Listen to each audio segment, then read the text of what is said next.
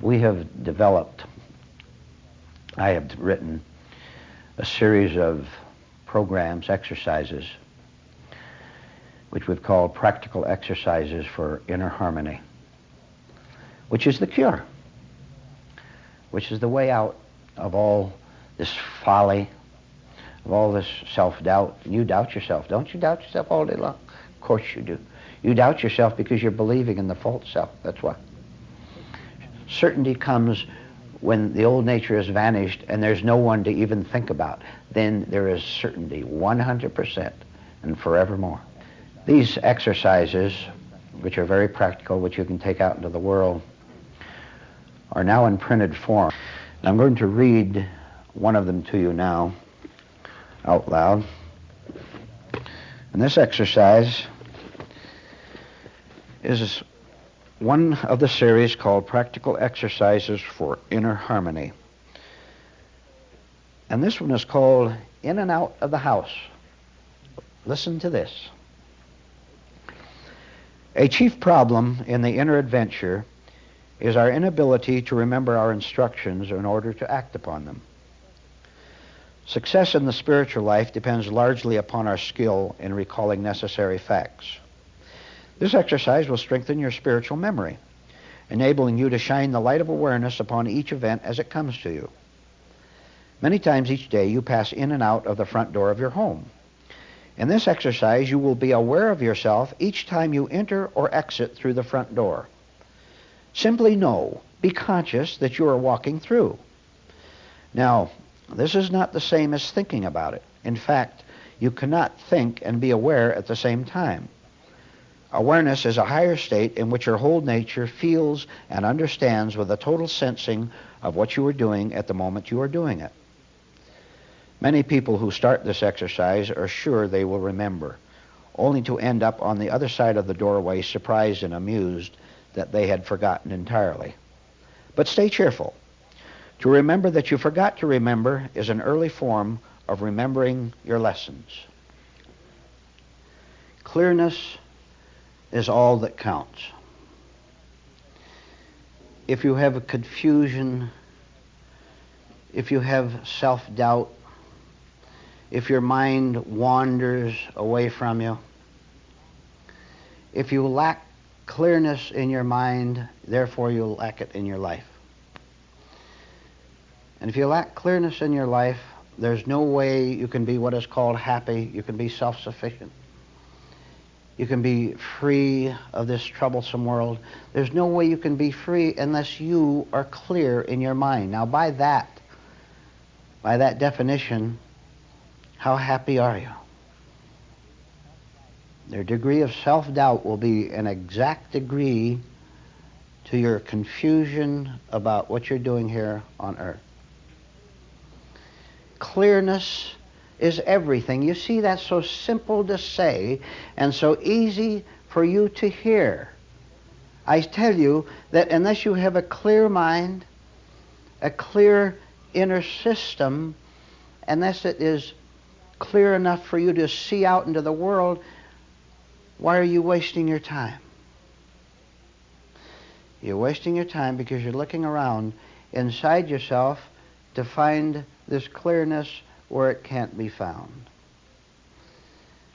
Isn't that a beautiful statement, that clearness is everything? Now you know what to do. Now you know, as long as you're remaining on the level of doubt, of chasing around, of false excitements, you know as long as you do that, you can't lead a content life. And just now, I must tell you that you have very little desire to lead a content life.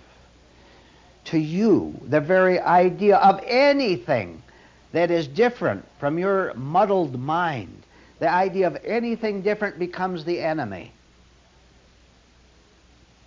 I've told you many times, as long as all you know is your own nature and your old ways of getting irritable, of blaming someone, as long as you have this, the very idea of clearness has no meaning to you, therefore you can't desire it. We'll go into a little deeper into this later on, but I want to give you a short illustration for now on this point.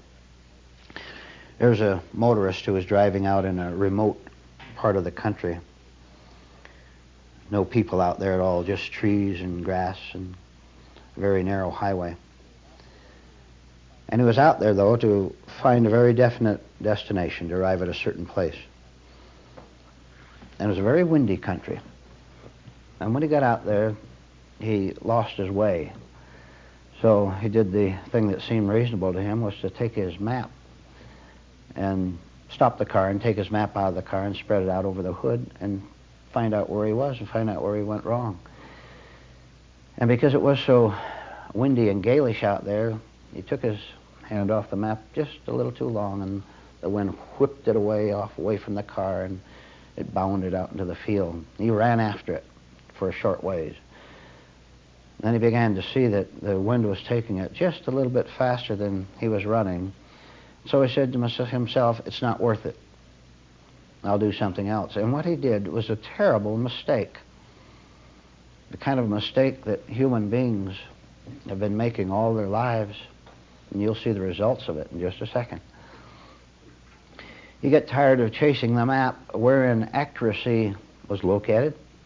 And he said, does this sound familiar to you? He said, I will use my own judgment. I will do it myself. I will use my own mind to find out where I'm supposed to go. And that's exactly what he did. He abandoned the map out there somewhere, bouncing along the top of the grass. He abandoned the map, got in the car, and for the next 4 or 5 hours he wasted his life. And all the time he was chasing around trying to find his destination and failing to do so, he was getting angrier, burning inside, which was what he always did, which is the way you always do, because you get into wrong situations through ignorance, and then you have the same reaction to it. You start to burn.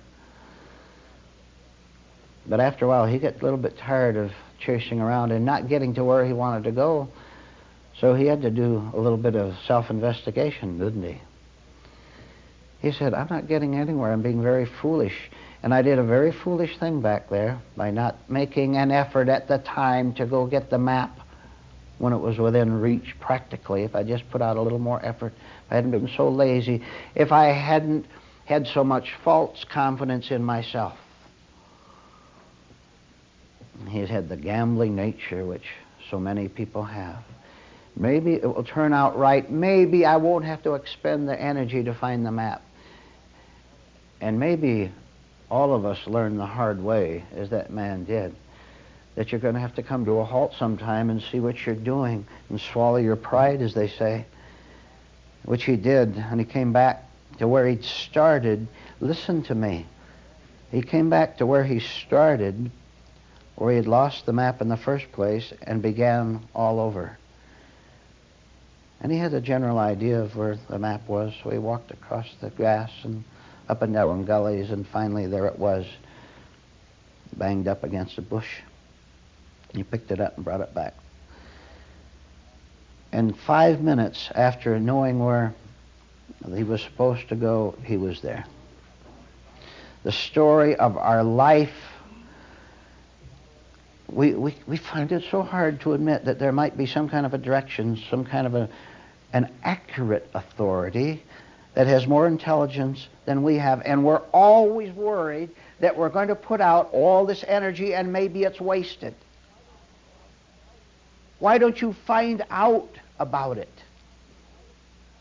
You know, laziness, I bow to you. Laziness has become so habitual with us that when you come to a room like this where you're told you're going to have to stop being lazy, you're going to have to work against your usual habits, we get dismayed and we get discouraged and we say, I would rather continue in my own ways because it doesn't take any effort. It doesn't take any effort. You're using every bit of energy, your mind, your feelings. You're using your life to lose yourself. Using your life in the wrong way. And you say, I don't want to make effort. You're doing everything possible to waste your life, and then you worry about using energy wrongly. Have you reached the point, I'll ask you whether you've reached the point or not, where you've wandered around out in that desolate countryside 4 or 5 hours, where you say, I will admit that I was a very foolish human being. I'll admit I wanted to be lazy rather than make the effort of going after it. I'll admit I wanted to find the shortcut, the short way, and he found out, as we are finding out in our lives, that the short way is the long way. Now, look, we have made the mistake. We have made the mistake in our ignorance, in our foolishness, in our folly. We have made it. All right. It is possible, once having made the mistake, to say, I am going to cease making the mistake anymore. I don't want to have to go back to that car where the map first flew away. I don't want to have to go back there, because that would be an admission that I have wasted 4 or 5 hours of my life. You see why it's so hard? You're going to have to say, you've been foolish up to this point of your life. Wasted 4 or 5 hours, that's no humiliation. Will you really get slammed by the facts, the higher truth, that says you have to admit that you've never done a single thing right in your life, and you haven't. And the reason you haven't is because it's impossible for you, as a so-called separate individuality, to do anything either right or wrong. You know about that, don't you? We've discussed that before. We're always looking around to find credit for ourselves and find someone to blame when we do something wrong. Why don't you try something drastic, something new? While you're wandering away from where you lost that map, why don't you go back? Why don't you go back and say, now my logic is working clearly. Here is where I refuse to chase it. Here's where the wrong elements inside me began to take me over. And I even, look how foolish I really am. I got mad at that wind for taking the map away. Think of that. What kind of a mind do I have? Surely I'm not an intelligent human being. I was angry at that wind for whipping the map out of my hand. And I'm blaming it for my problem. You think I'm exaggerating? This is what the whole world does. They call it events. They generalize and lump it into one big thing and say, events worked against me. There's a way for you to live above all human events. Now I'll tell you how you do it, briefly. You do it by rising above the source of all human events as far as you're concerned, which is the way your mind now malfunctions. If your mind was clear, it wouldn't make any difference what happened to you, because nothing wrong can ever happen to your spirit. You're still making demands on the world. Your old nature says, don't do this, don't do that. Let me live as I demand and I'll be happy, and you never are.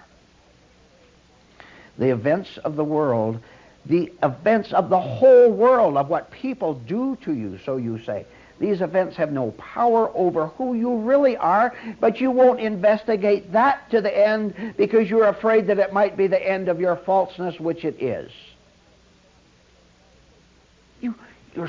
You're so confused, you think the world is out to get you. You think that you're the center of the universe and that everyone is plotting against you.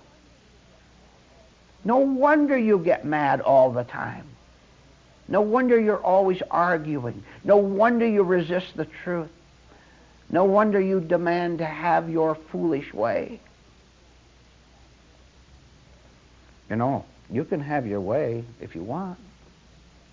You don't have to accept the truth that could relieve you of all your miseries. But wouldn't you say it'd be intelligent, a sign of intelligence, for you to say, here I am, trying to find my destination without the map, trusting myself, and seeing right in front of my own eyes that every move I make is wrong, because I never arrive at my destination. You talk and you think and you pray and you cry about happiness and peace of mind, and you never find it.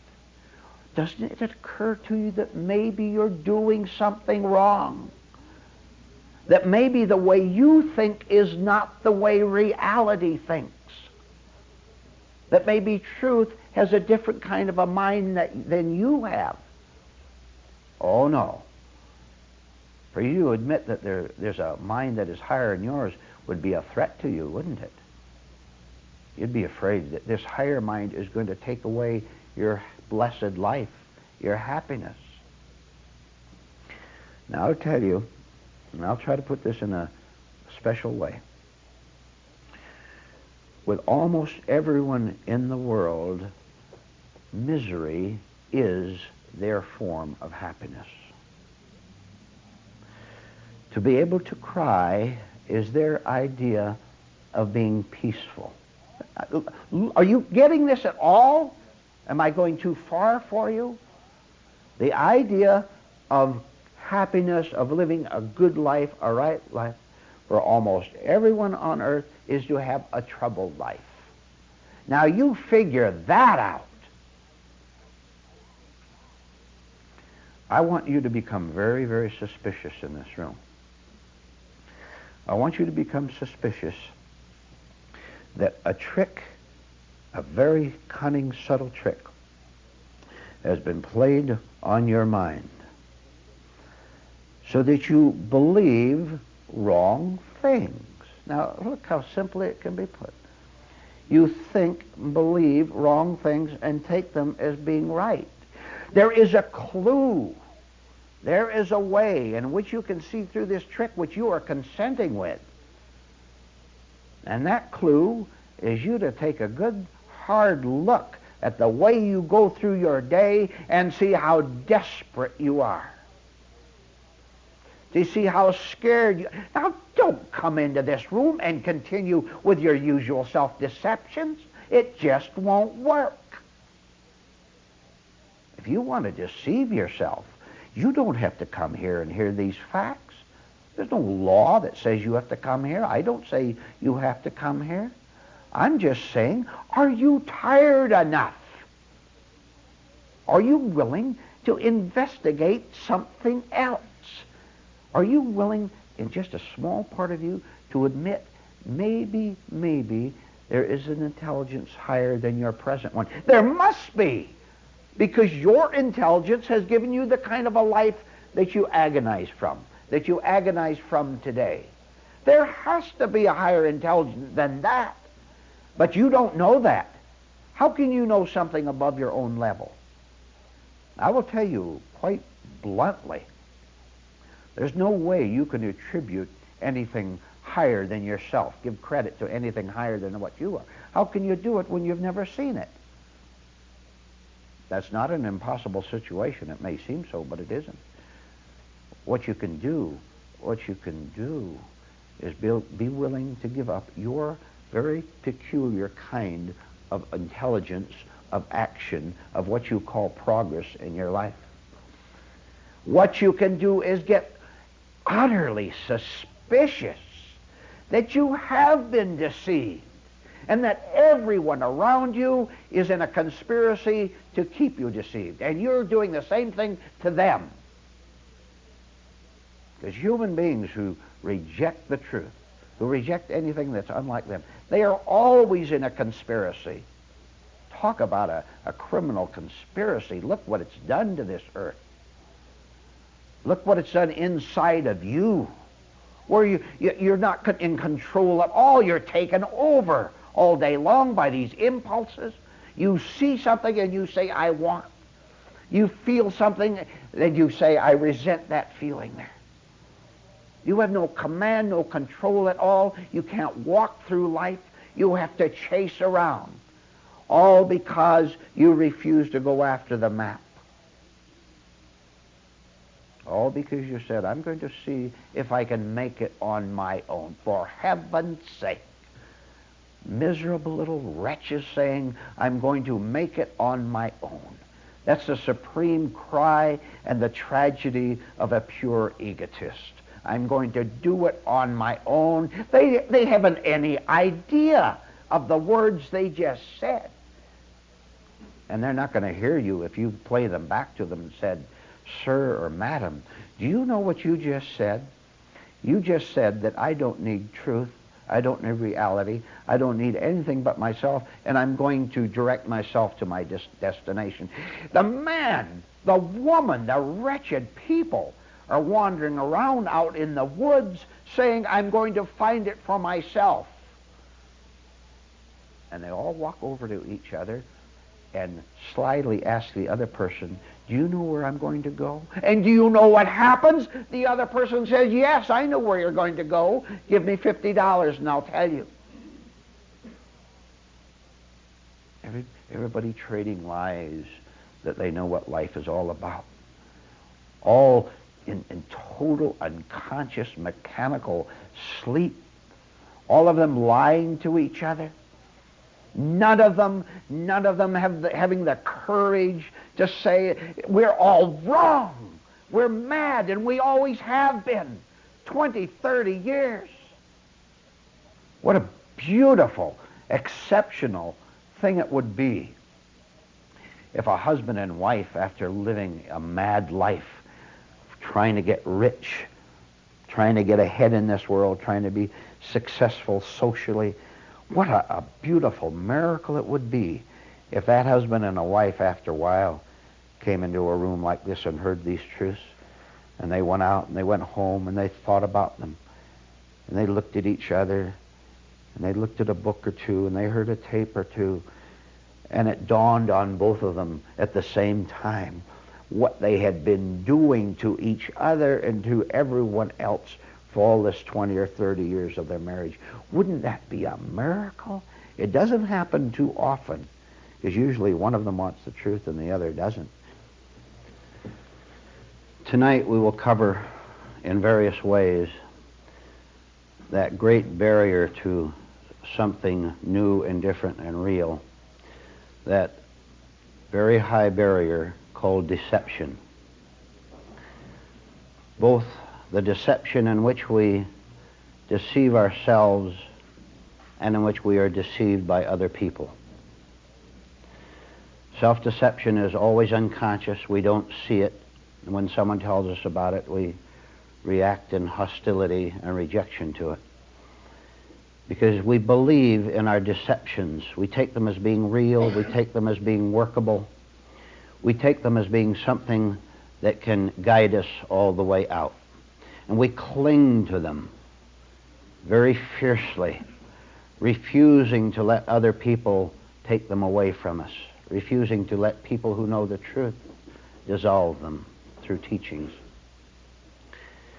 There was a teacher of truth who was walking down a city street with several of his disciples, and they came upon a very interesting sight.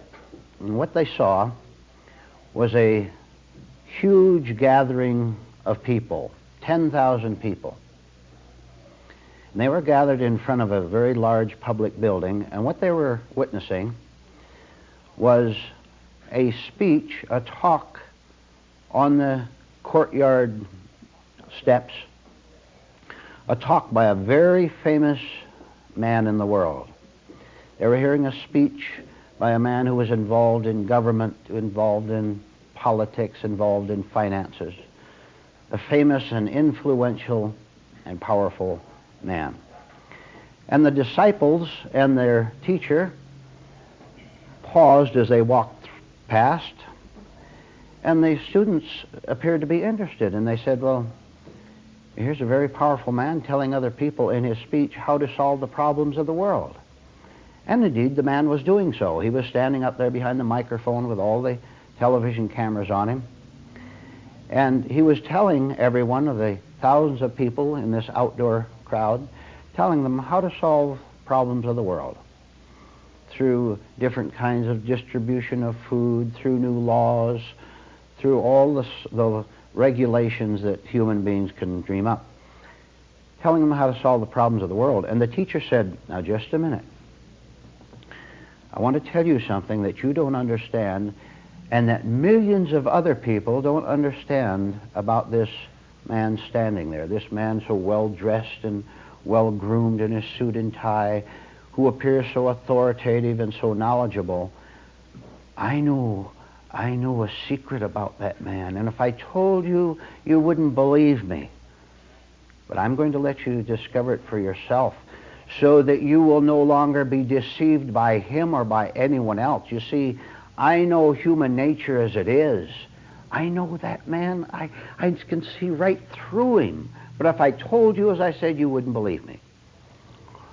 So we'll just listen for a while. You listen to his talk. And then I want you to notice what happens afterward.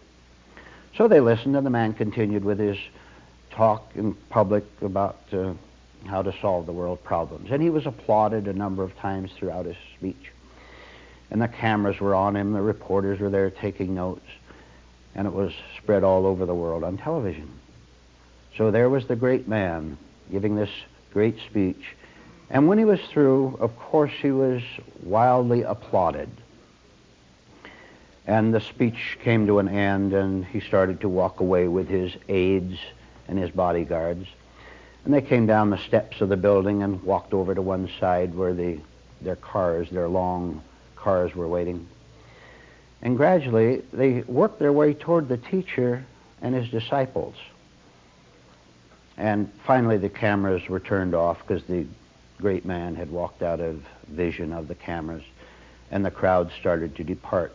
So it ended up so that this great man who was solving the problems of the world with his speech a few minutes earlier, he was walking away with just 2 or 3 people around him toward the car in sort of a little isolated off street. But the teacher, the spiritual teacher, and his students could look down and see everything that was going on as he went to his car. And the teacher said, "Now I want you to watch.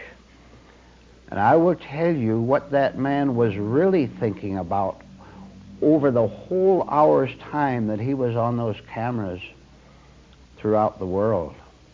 I will tell you what he was really thinking about subconsciously, unconsciously, way down underneath while he was appearing to be talking intelligently about solving the problems of the world. You won't believe me if I tell you, so I'm going to let you see for yourself. And then even then we'll see whether you believe me or not." So they all the students, about a dozen of them, watched very carefully as this great man came over to the car and just about to get in. And the teacher said, "All right, just about now he's about to do it." And the great man did it. And what he did was to reach into the side pocket of his coat and pull out a candy bar. And he took that candy bar out, and he was lost to the entire world in taking the paper off of it and eagerly looking at it. And he took his first bite and took a sigh. The teacher said, "That's what he was living for the last hour, and you thought he was solving the world's problem. I'm telling you, this is the way it is. You have got to see through people. Stop being deceived. See that they're little children running around with candy bars that they can hardly wait to get out of public sight so they can have their first bite. I have described to you all the great authorities of the world. I'm telling you, they run around with candy bars in their pocket. And yet millions of people believe in them. They don't see that the man can't even solve his own internal problems, to say nothing of solving the world difficulties. So we're talking tonight about deception, self-deception, and the deception that other people impose on us because we don't understand, because we don't see. Our own personal self-deception makes us a victim of anyone else who wants to deceive us if they wish to do so, and they do wish to do so. So I'm now going to read you an exercise in one of the series of practical exercises for internal harmony. And this exercise, again, is one that you can take out into the world, think about, work with, and you'll see for yourself what it's all about. And the title of this particular exercise is, Never Again Be Deceived. I am now reading it. Never again be deceived. How much would you pay for a method for preventing you from ever again getting deceived and hurt by other people? Well, you have this superb system in front of you right now. Here is the exercise. Listen very carefully when other people talk to you. Detect deception in their words. Notice when and how they are telling you what you want to hear in order to get something from you, whether love or money or whatever. Remember, no one is ever what he appears to be. In past years, you were deceived by people because you believed in pleasant external appearances instead of seeing the facts about human nature. Change all that. Watch for the trap in smooth words, generous promises, smiling faces, and clever lies. These are all standard tricks used by people who want to make yours theirs. Realize that self-interest is cunning and persistent. Write down your own list of ways in which people tell you what they know you want to hear. Carry it with you. Use it as a magnifying glass to see secret motives. Your insight into people is your perfect protection.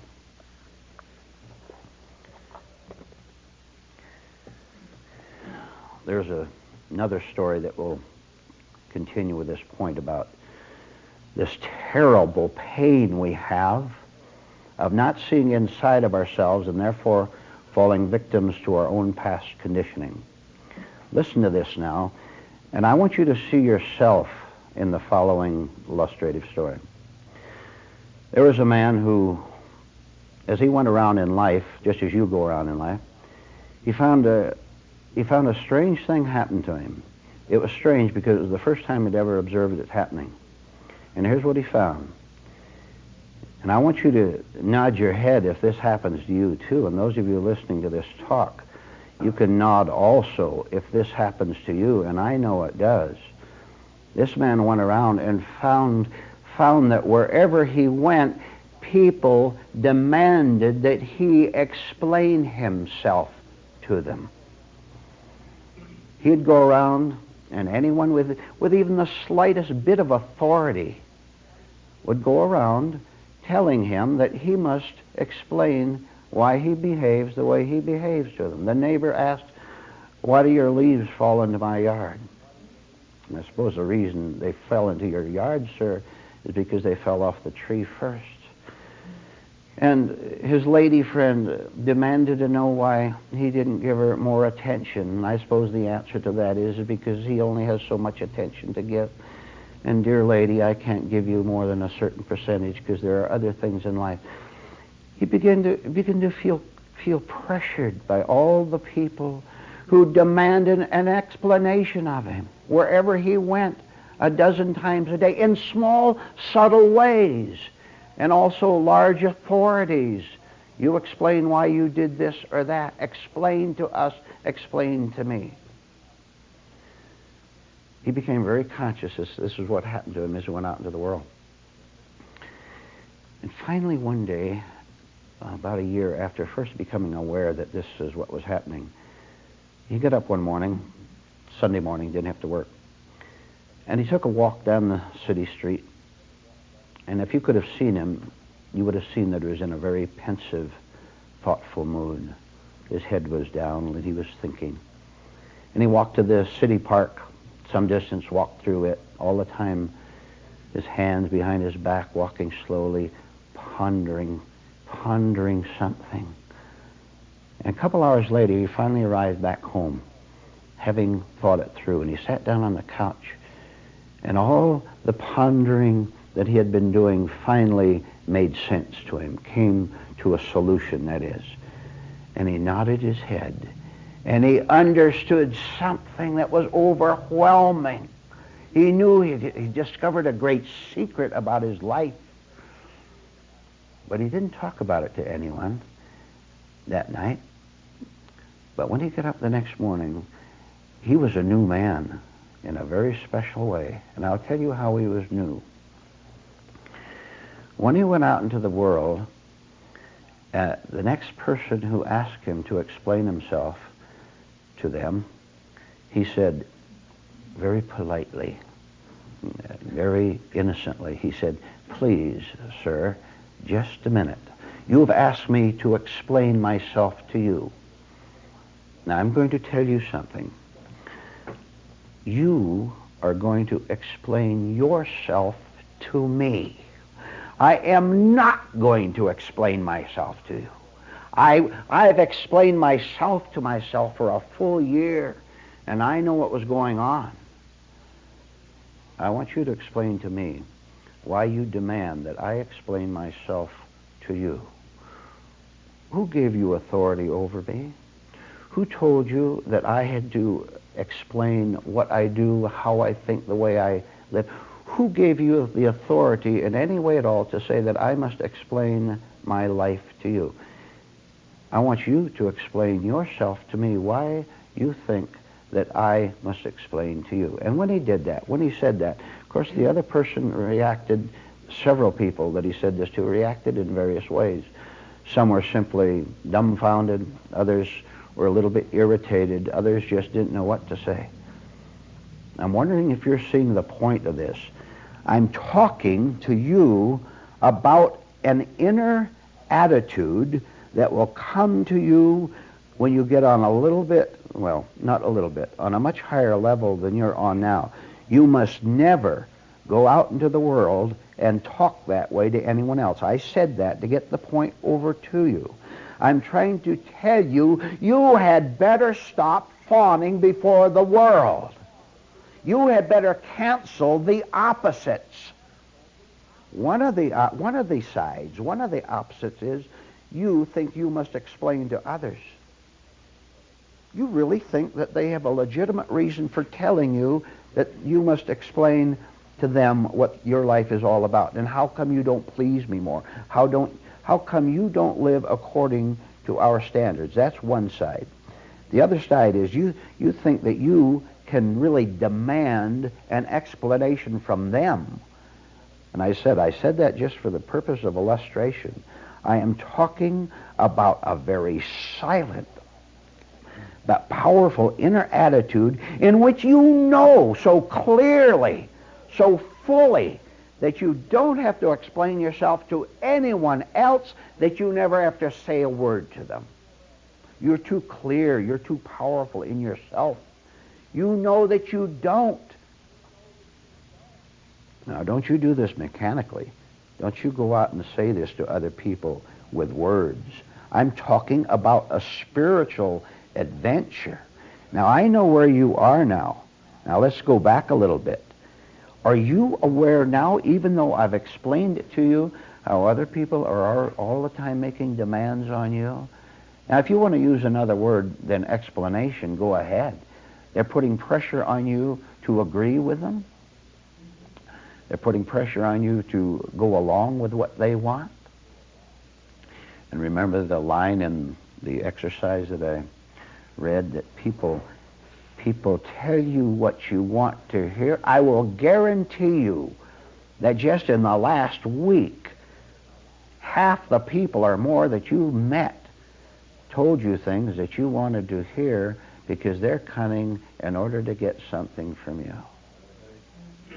Right? Haven't you fallen for it long enough? Aren't you so alert now that you would listen to them talk? And you listen to where they demand that you explain? Don't you explain anything to anyone. Never again, never. Don't you dare, for your sake, for your spirit's sake. I'm not talking about wrong wrath. I'm talking about right rebellion. You have to have right feeling in it. If you don't feel it, you don't know it. Your right emotions have to know it as well as your right thoughts. Till you get to this point that I described a little bit earlier, where you know so well, so purely, so absolutely, that you don't have to explain yourself to anyone else because there's no one there to do the explaining. There's only the awareness, the knowledge, the insight of who you really are. Do you think truth goes around explaining itself and fawning to other people? Not at all. If you're living from your real nature, you won't go out into that world hostile. And you see, when you have to explain yourself, you are hostile and you resent it, don't you? And you burn way down deep inside, but you're afraid of that other person. You're afraid of what they can do to you, or they might take something away from you, or they might look at you viciously. You're afraid that they're going to turn, they're going to flip-flop from that nice, pleasant person to a violent person, a threatening person, aren't you? When you're living from who you really are, life becomes so easy because your mechanical replies of explanations and excuses and alibis is just not there. Someone says, please explain yourself to me. And they say that to you, let's say, and you're living on a very high level. You don't have any reply. Who are they talking to? Years ago, before you discovered these things, you had a quick reply, didn't you? A defensive one or an attacking one. If that person had great authority over you, you put on a phony act yourself, didn't you, of being polite? Probably one of the greatest of self-deceptions that any human being ever runs into, and listen to this, please, is the self-deception in which they say they want to change their inner nature. Everyone will go around assuring you that they want to be different. Everyone will go around telling you that they'd like to have a better life, a higher life, and they're using words. Suppose a man has lived in the same house for 20 years and he goes to a builder, home builder. And he says to the home builder, I want a new home. I don't want my old home anymore. I want a new one. Builder says, fine. How many bedrooms do you want? And the man says, 3 bedrooms. Builder says, fine. That's what your present house has? You want 3 bedrooms again? Fine. Builder says, what color do you want the house? The man says, I'd like it a white house with blue trim. Builder says, oh, that's what your present house is. So we'll make it white with blue trim. You're following me, aren't you? The builder says, now, what about the yard? How should we have the agriculture out there? The man says, I want a peach tree in the front yard and a plum tree in the backyard. And the builder says, that's exactly what you have now. He doesn't want to change. What he wants to do is change ideas. Can you sit here tonight and begin to understand the difference between changing ideas and changing your nature? Well, you ought to know what it means to pretend to want to change your nature while only switching ideas, because you're just as miserable as you always were. You've just switched from one corner of the muddy field to another corner of the muddy field, calling it new. Isn't it incredible how human beings can't see that they are the same person every month, every year, over and over? And you talk to them about change, and even they have even the most shallow, elementary ideas of what it means to change. Well, the man says, I should change. All right, I'll learn to speak a foreign language. That's his idea of changing himself. Someone says, you ought to change. That means you ought to change to another state. I'll move to Florida or whatever. We are talking about something that can't be talked about, because it's not on the level of ideas. It's on the level of way above the ordinary mind, of ordinary thought. How are you going to comprehend it? But people always must translate it into what they already know. And your present ideas that you have about change are the enemy of your life. They want you to think that changing from one corner of the muddy field to the other makes you different. Look, you are just as scared now as you were before you read that religious book, before you changed locations from one city to another. A chief wolf who lived in the woods one day called his pack of friends together, And the chief wolf stood up in front of them, and he said, "Good morning. I will now give you our morning sermon." And the chief wolf told the pack in front of him how they should be kindly to other people, how they should love all the creatures of the world, how they should be gentle and considerate and think of other people. And as he made each point, all the wolves in the congregation nodded their head and said, "Amen." Every point the chief wolf made, all the other wolves nodded in agreement that they should be kindly, that they should be gentle. And at the end of his sermon, the chief wolf said, "Now, ladies and gentlemen, I would like to make one final announcement before we're dismissed. I would like to announce that we will all gather back here at 7 p.m. in order to plan our attack on the sheep in the meadow." And all the wolves said, "Amen." And that's what happened. At 7 o'clock, they all came back and they planned their attack on the sheep in the meadow, which they carried out. So this went on over the months and years. And watching this at all times were a pair of wise old owls who were perched on a branch, low branch nearby, where they could see everything happening. And as they saw what was going on in that sermon and in the audience and in the atmosphere, as they saw what was going on, the wise old owls shook their heads in dismay and disbelief. But there it was, right in front of them. And one wise old owl said, "You know, they're just like human beings. They say one thing but do another, and they don't see the contradiction." And the other wise old owl said, "Yes, they're as schizophrenic as a bowl of split pea soup."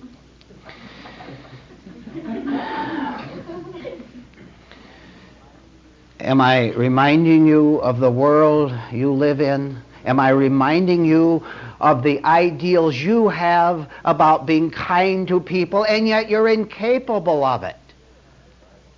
You're incapable of being kind to other people because that's not your nature. Your nature isn't to be kind. It's to attack. It's to defend. It's to be violent, mentally at least, emotionally at least. Over the years, as I have talked about these principles, I always come back to one great conclusion, that one of the single greatest problems that human beings have is the inability to see that very fact, that they say one thing and do another. They don't see the two at once. They're both in separate compartments. Once a person says, "I will be gentle with you," a man says to a woman, "I'll care for you." The woman says, "I will be considerate of you." Once they say that, it's all in a little compartment, and they don't see themselves when they do the exact opposite. Which is why the breaking down of the walls of unconsciousness, of resistance, of folly, the breaking down of the wall must happen so that we can see that we indeed say one thing and then go out and do another. Now, I'm now going to read to you another exercise in the series of practical exercises for inner harmony that will put you into action inwardly and outwardly so that you can begin to see these contradictions, these two sides in yourself. And these exercises are a series that we're developing and eventually printing, and you may have them later in printed form. But here is another practical exercise for inner harmony that you can use out in the world. The title of this one is called "The Show is Over, Thank Heaven." And let me pause to say, when your show is over, you will say thank heaven for the first time. Right now you say thank heaven when you get a stroke of good fortune, right? You get something, some advantage over someone else, and a great sigh, thank heaven. Heaven had nothing to do with it. Our wolf-like nature had everything to do with it, in which all we know is what we want, regardless of the consequences to someone else. Let me repeat a very definite point. As long as you have a wolf-like nature, which means you're sound asleep, under the spell of this world and of your own mind, as long as you have that, you have no conscience toward anyone else. You will hurt anyone, but you won't see it. You don't know how bad it is. You don't know how deep the delusion is that you are a good person. The shocks you're going to have to go through, the tears, the raging, the resistance. You've barely begun what you have to do to get out of your unconscious state. And you're not understanding me right now as I'm talking to you. I know it. I see it. I can tell by your manner that you're sound asleep. You don't see the contradictions, and you refuse the shock. You refuse to let the wall crumble of itself. You're rebuilding it hastily every day with your own bricks of vanity and conceit and self-pity and your love for tears. Every day you build the wall higher and stronger instead of letting it collapse so that all at once you can see what's going on inside you, which is a mass of terror. If you're terrified, which you are, can't you reason logically that there's a reason for it? The reason for it is because you've been living in ignorance and won't listen to intelligence that's trying to give you something new. I will read aloud the exercise entitled, "The Show is Over, Thank Heaven." Tell a man that he is putting on a stage performance in order to get what he wants, and he will irritably reject your observation. Why? Why, because most people do, in fact, go through life as cunning actors with a permanent horror of getting found out. The whole point of this exercise is to detect self-division and call off the painful performance. Here are two good starts. A. Be aware of how you outwardly agree to do something for someone while you inwardly resent it. Do not hesitate to see how you really feel about the situation, for this self-honesty is a part of mental health. B. When you are with other people, do not carelessly and mechanically follow their moods. They may pretend to feel sympathy for someone, but you must not join their hypocrisy. Also, study self-serving dramatics in other people. Here are a few signs of a stage performance. I'll read that over. Here are a few signs of a stage performance personality. Impulsive enthusiasms which soon fade away, forced smiles, working hard to convince you, attracting attention with emotional scenes. Am I talking about you? Attracting attention with emotional scenes, suppressed anger when thwarted. And I talked about you again, didn't I?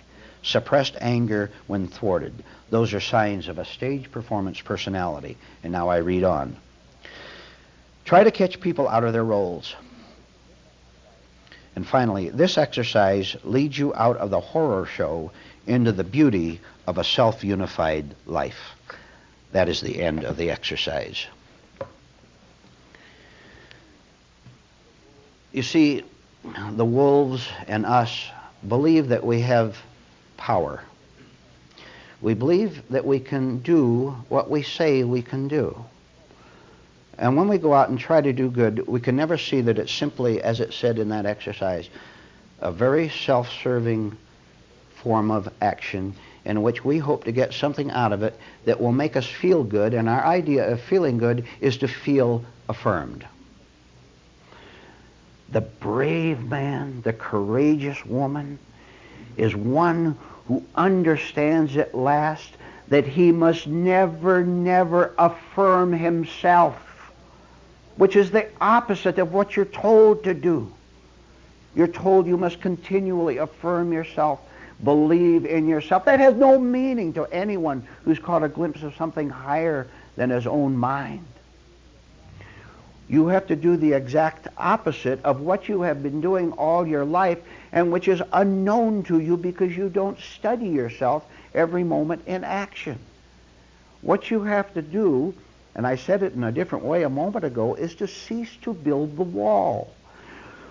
What you have to do is to cease to build this picture personality that parades around as you, but you're so close to it, you take it as you.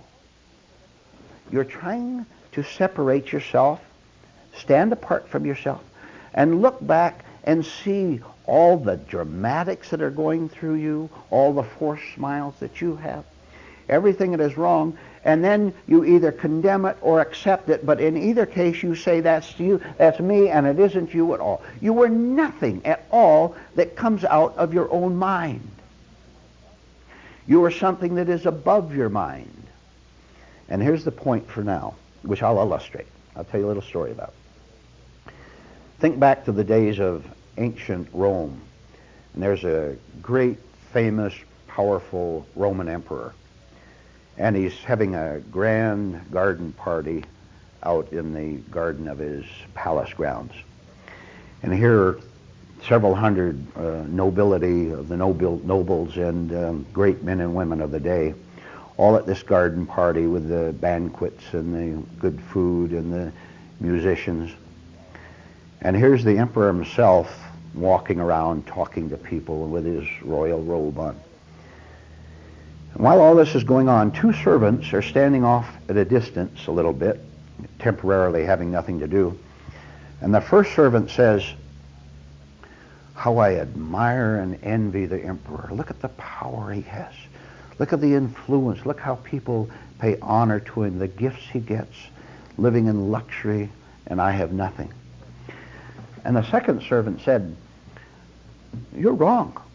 You're just seeing external appearances. And I'll tell you something about that emperor that I know that few people do. And I'll prove it to you that he has no power at all. Watch what I do." So the second servant wrote a little note, and he walked over to the emperor's table. The emperor wasn't there for the moment, but he put the note right down on the emperor's table, knowing he'd return in a minute, and left the note there. And the second servant returned back to his friend, the first servant, and they stood back and watched. And sure enough, pretty soon, the emperor, after wandering around a little bit, came back to his table, and he saw the note there. And he picked it up, and he started to shake, and he turned pale, and he glanced nervously and anxiously around. And the second servant said, "See, that little note I gave him made him tremble. Here's the great emperor of all of Rome, of the whole world, and he trembles just by reading one note. And shall I tell you what the note said?" And the first servant said, I'm eager to know what it is that you can make the emperor shake." And the second servant said, on that note was a very simple message, and it said, "You have no real power at all." Now I have to explain that, the second servant said. Many years ago, when the emperor was young, he had a brother. And this brother was the rightful heir to the throne, but because of intrigue, some of the counselors put the rightful heir, the other brother, into exile and put this present emperor onto the throne. So he's there illegally. He has no power of his own. And while he was young, he didn't consent to this intrigue, to this treachery, but he knew it had happened, but he didn't want to face it. So way back in his mind, for all these years, the present emperor has had the thought that he is illegally on the throne. Therefore, he has no real power of his own. And when I put that note in front of him, that reminded him of it. And he knows that someone here at this garden party knows his secret. And the first servant said, "Well, aren't you in danger? What if he finds out that you put the note there?" And the second servant said, "No danger at all, and I better tell you a little more because it's very interesting."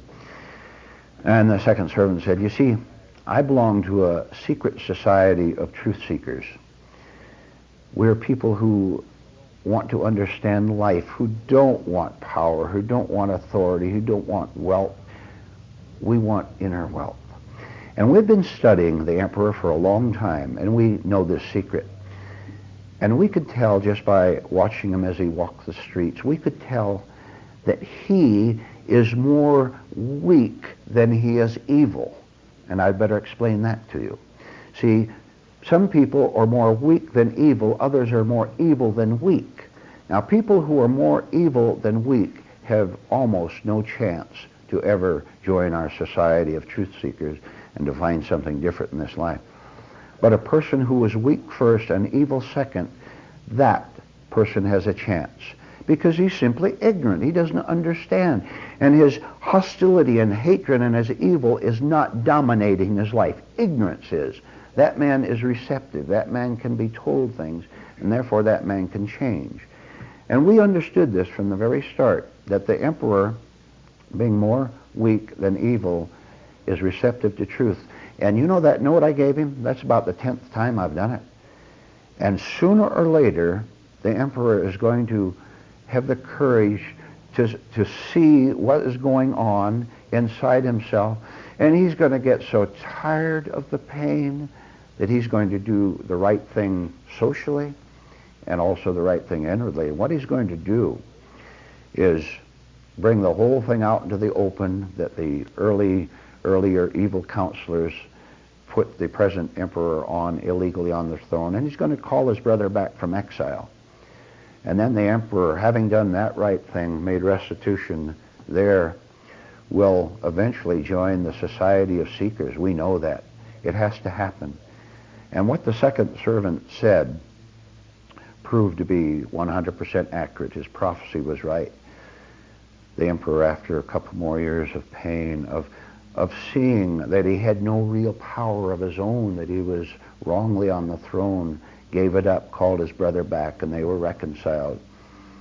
And the emperor did indeed join the society of truth seekers. You have no power of your own now to do good. You have no power of your own to do bad. You have nothing of your own. What you do is take a mechanical movement as being you, and you even think that you can go around and do cruel things. Cruel things are done, but they're done illegally, wrongly, in your name. You have got to see through it. You have got to see that you're identifying with what you do, saying, I do good or bad, and then giving yourself either credit or blame for it. But in either case, you think that you are the emperor with power of your own. You don't exist in that way at all. And maybe you'll see this someday, and you'll join the Society of Truth Seekers, having gone through certain preliminary stages that the emperor did. Maybe someday you're going to tremble.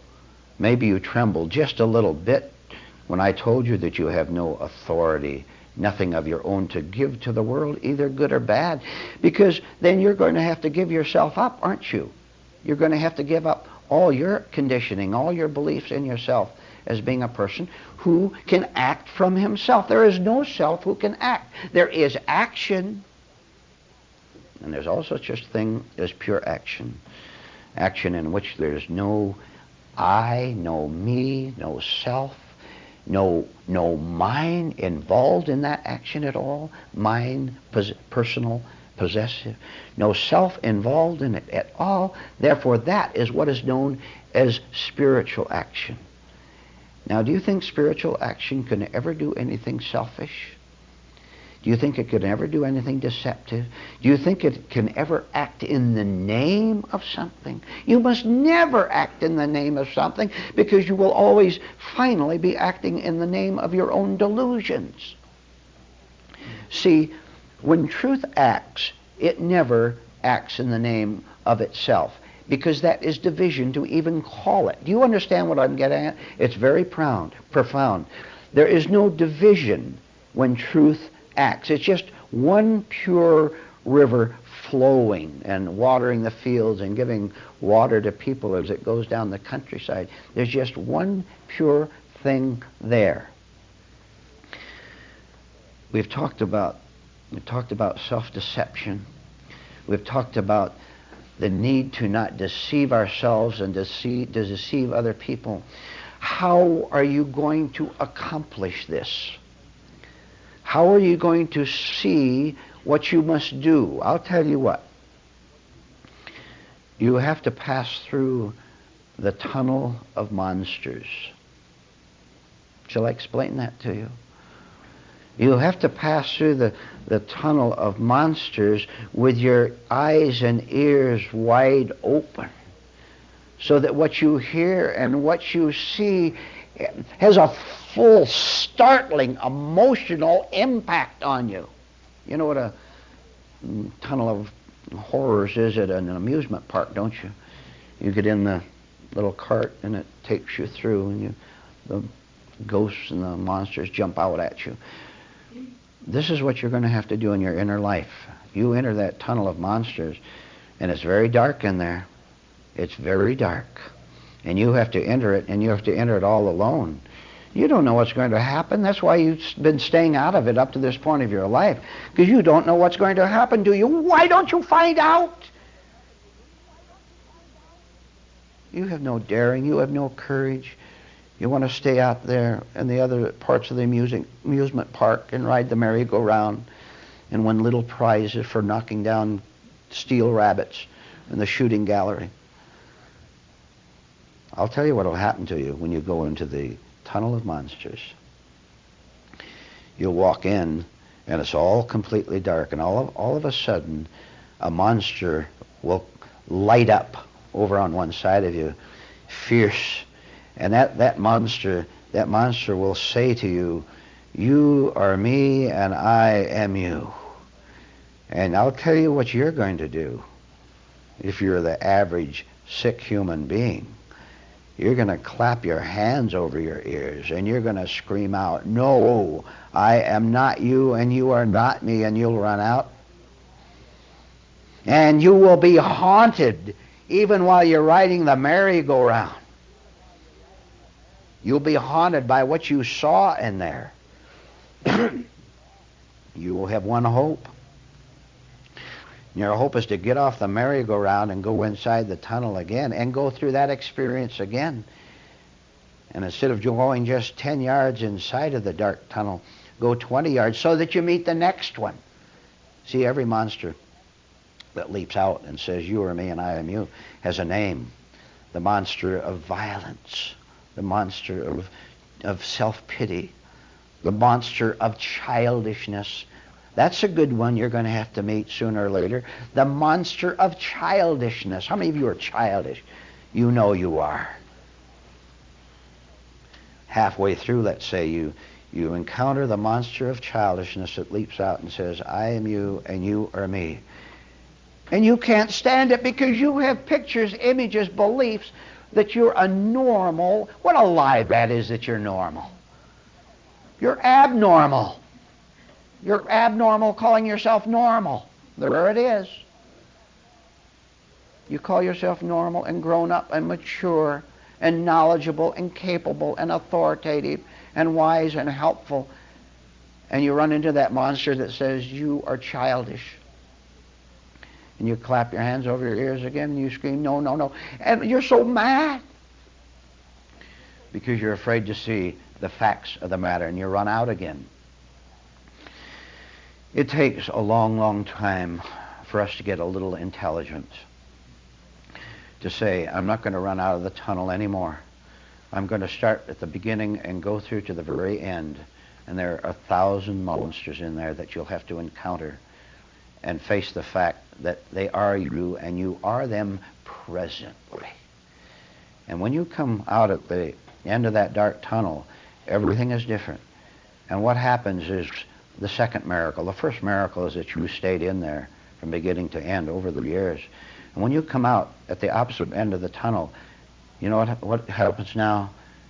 You are no longer those monsters. You are as long as you're inside there, because that's your present state.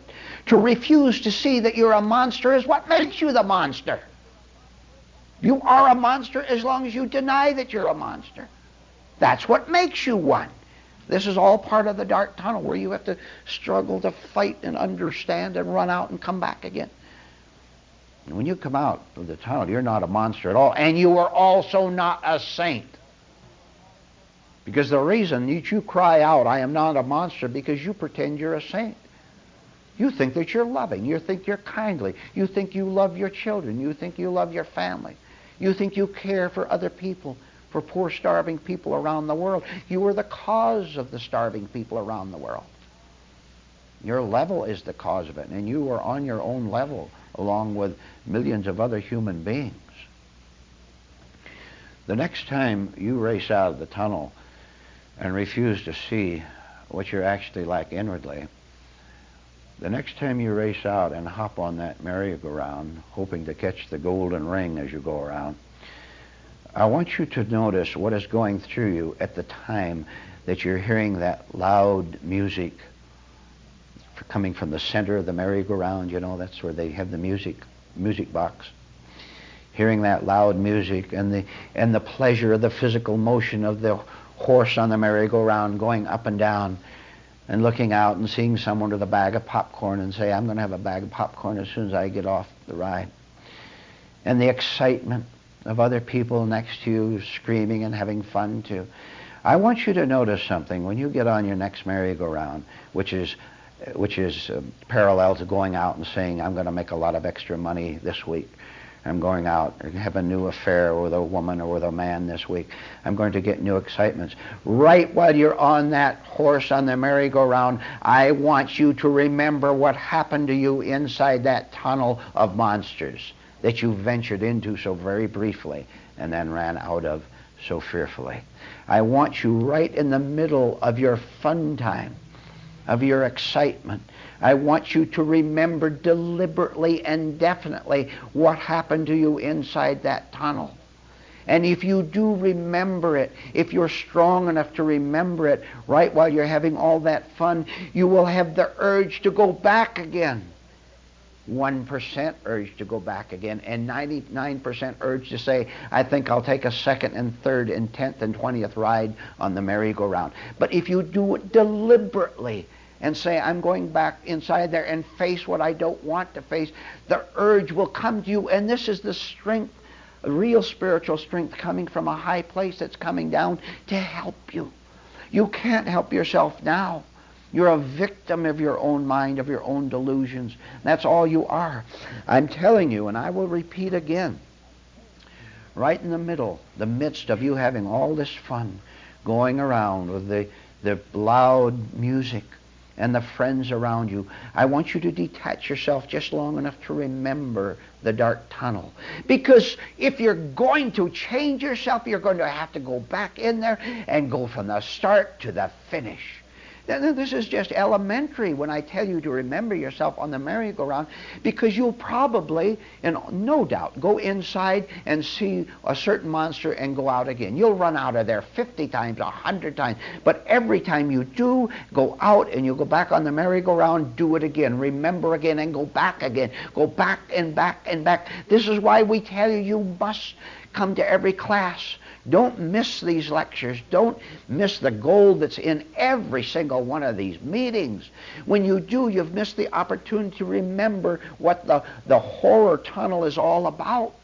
And to remember it is your salvation. It's not a bad thing to see the monsters. This is a stage you have to go through, a stage you've refused up till now. You will eventually be able to remember your experience, your first 2 or 3 experience inside the tunnel, right while you're on the merry-go-round. You will sense that this is something different. You will sense that this urge to go back and do what you don't want to do is right. It's true. It is beautiful. You kind of sense that every time you pass one monster out of the 1,000 in it, that's in back of you, and there's an understanding of it. I mentioned childishness a minute ago. If you face the fact that you are childish, you don't clap your ears or hands over your ears and run out. And you face it. You know, I am childish. I'm petty. I try to get little things from people. And go through the humiliation of it, the shame of it, that you want to get 50 cents worth of something from somebody free. Face it. See it. If you see it, that monster of childishness and pettiness and acquisitiveness will no longer be you. If you'll stick with it and understand the spiritual cleansing that goes on in that tunnel and go on to the next one. And understanding that one monster is behind you will give you courage and guidance and a real desire to go to the next one and the next one and the next one. Less and less frequently will you run out of the tunnel to go back to the merry-go-round. You'll be able to stand it for a longer period of time. You'll be able to bear it. Why are you able to bear it for longer periods of time, passing 10 monsters a week maybe? The reason you're able to bear it is because something stronger than you is now with you right inside of that dark tunnel. That something else is God. That something else is reality. That something else is spiritual power. It is doing for you what you couldn't do for yourself. You found out that you had no courage and you didn't need your courage. What you needed was the courage from this high place that comes down and says, I will be your courage if you'll stay with me, if you'll follow the simple spiritual rules at the start, to stay inside the tunnel, to bear it, never mind what's going to happen to you, find out what's going to happen to you. Then the strength that comes from on high will be your strength. But it's not yours in the sense of personal possession. You can't brag about it. It's yours, and you understand that it's yours in a universal sense, that anyone else who enters that tunnel has the very same power, the power of light. And taking a deep breath and say, thank heaven that there is something other than me that could guide me through there. I couldn't. All I wanted to do was race out of there in hostility and in fear. Thank heaven for the existence of heaven. You will know exactly what I'm talking about when you pass through the tunnel all the way for yourself. This morning I will read another one of the exercises practical exercises in internal harmony, which are really action programs for you to take out into the world, take your knowledge out, right down to the office, out into the home, wherever. Take it out and practice what you have learned. You've learned the theory perhaps sometime of learning to play the piano or violin, the theory of it, and then the teacher says, go ahead and practice. And the reason you practice is to see all the mistakes you make, how incapable you really are. But only by seeing that you can't perform can you begin to perform. Play the piano or whatever else in life. That same idea applies at an elementary spiritual level. So I'm going to read aloud one of the exercises which are in print. You can get them in print a bit later. But here is one of them now, called Where Am I? The title of this exercise is, Where Am I? When seeing yourself caught in a dangerous storm of lightning and rain, you know exactly what to do. You race for safety. But people are not so alert to personal safety when caught in inner storms. We are so close to the raging internal weather that we cannot see it. This exercise will lead you to pleasant inner weather and safety. Just notice where you are psychologically. Become an expert in internal geography. Look every few minutes to see whether you are caught in an emotional storm of one kind or another. That is all you do. You simply observe your internal location. See for yourself whether you're being attacked by the storm of envy or irritation or guilt or depression or whatever it might be. This is healthy self-acquaintance. What happens next? The very same thing that happens when you know without doubt that you are caught in an external storm of lightning and pouring rain. You feel the urge to speed toward your protective home. No human being knowingly remains in an unpleasant or dangerous place, either externally or internally. Ask, where am I? Then see where you are. Truth itself will then guide you to a peaceful internal country. And I will now tell you about a woman who didn't ask the question, where am I? There was a woman who lived in a home along a normal, average city street. And she said to herself one day, I love beauty. And I want to add more beauty to my life for both myself and for everyone else. I feel as if I'd like to spread a little beauty around the world. So what can I do? And the idea came to her that she would plant a beautiful flower garden in her front yard where she could enjoy it herself, and everyone who passed by the flower garden could look at them and enjoy the various colors and the various varieties of flowers in her front yard.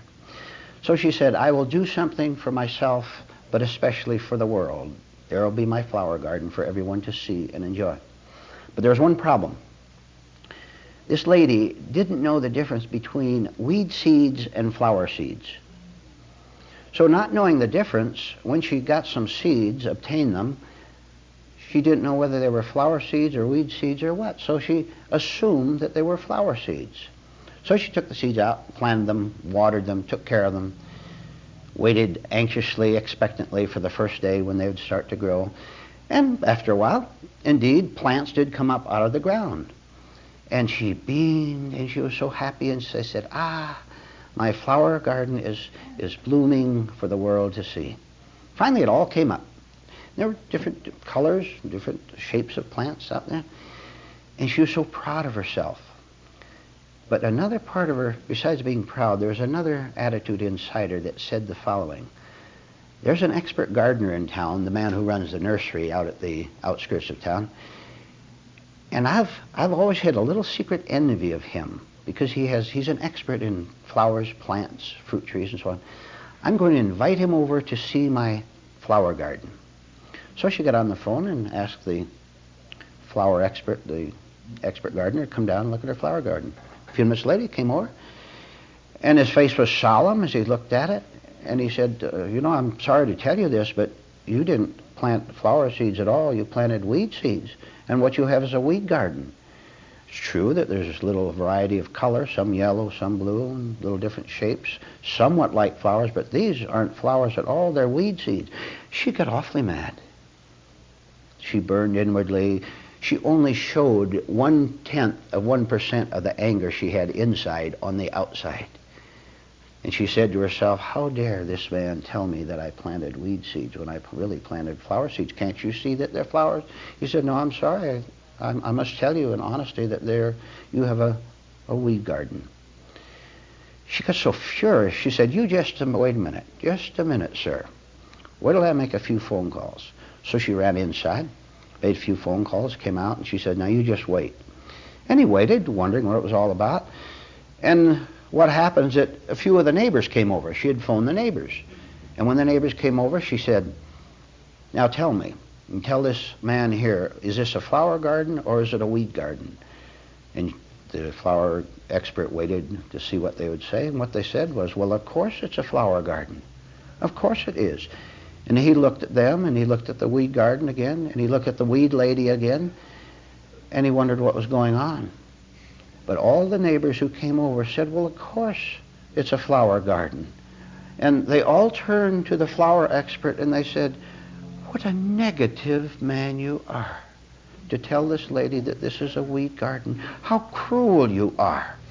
Can't you be kindly? Can't you be loving? The lady spends all these months planting a flower garden to bless the world, and you call it a weed garden. This is one of the cruelest acts I've ever seen. So the man who knew the difference between a flower garden and a weed garden walked away. And as he walked away, he knew a lot of things, just as you are already knowing a lot of things from the story, right? Right. But as he walked away, one particular thought dominated his mind, which was this. Well, of course the neighbors are going to say that the weed garden is a flower garden. Of course they're going to compliment and sympathize with the weed lady. Of course they are. One of the neighbors was her sister. Of course her sister is going to stick with her. Another one of the neighbors was a man who ran a clothing shop in town, and the weed lady shopped at the clothing shop quite often. Naturally, he's going to call it a flower garden. The other person was a politician who wanted her vote, and he said, of course it's a flower garden. What a cruel man he is to say it's a weed garden. Do I have to apply the point very much? But let me ask you something then.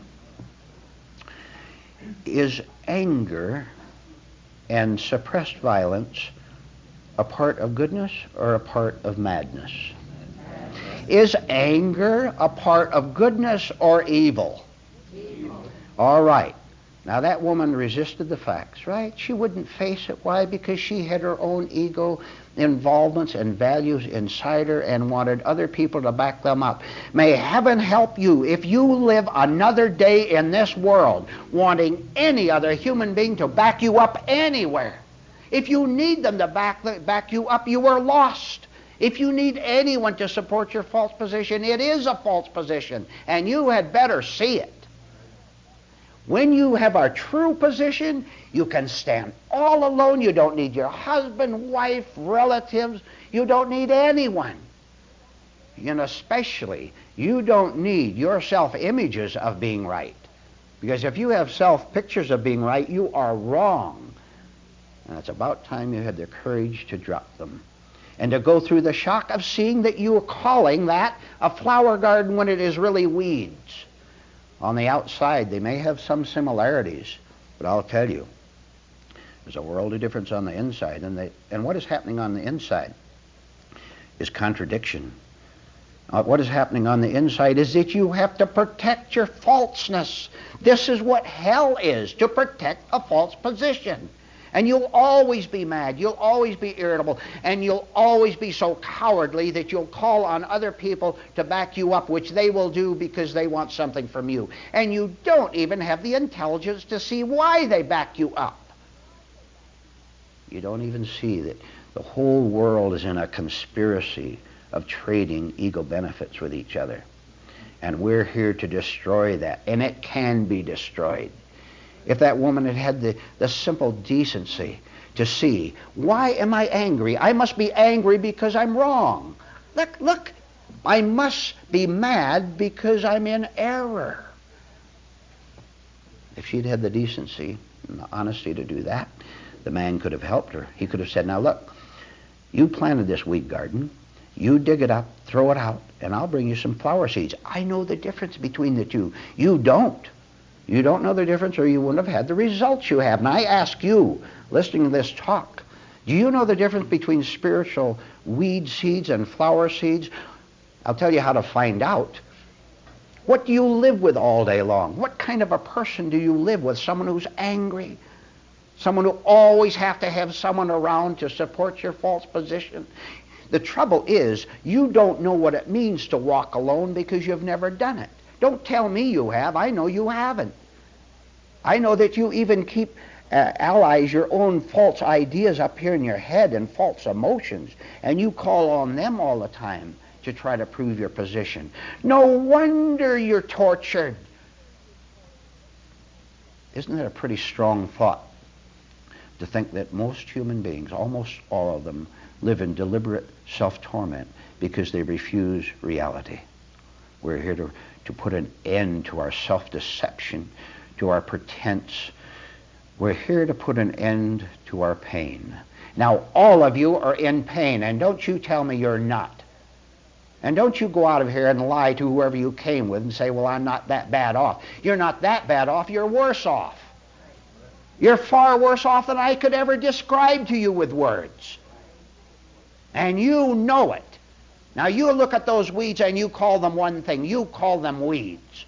You stop lying. If you stop lying, then the truth can help you to change, can help you to stop being a victim of your own delusions.